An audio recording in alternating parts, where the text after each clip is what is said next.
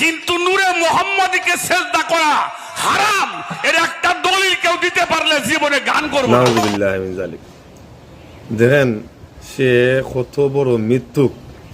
আল্লাহ তাআলা কোরআনের মাঝেই বলছে যে আল্লাহ ছাড়া কাউকে সিজদা করা যাবে না, এবং মুহাম্মদ রাসূলুল্লাহ সাল্লাল্লাহু আলাইহি ওয়াসাল্লাম নিজেই বলছেন যে আল্লাহ ছাড়া যদি কাউকে সিজদা করা যাইতো তাহলে আমি দুনিয়ার সমস্ত স্ত্রীদেরকে বলতাম তারা যেন তাদের স্বামীকে সিজদা করে।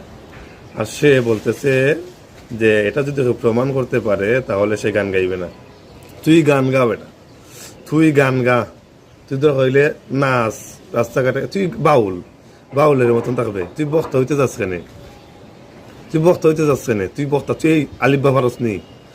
ইতা আলিব্বা পারে না, আলিব্বা সকলটা হইতে পারতো না। আরে গান গাইতে নেই, বাউলগিরি করে ভাত খায় আর হিখানে গায়ে ওয়াজ করে।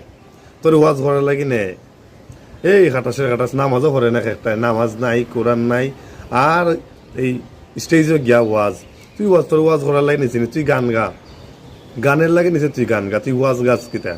তোরা যে মানছে সদিনাকে দিছে না বকশিস কয়েকটা, হ্যাঁ, আর এরকম বাড়াবাড়ি করতে হলে কদিন পরে মানছে তোরা জয় বাংলা করবো।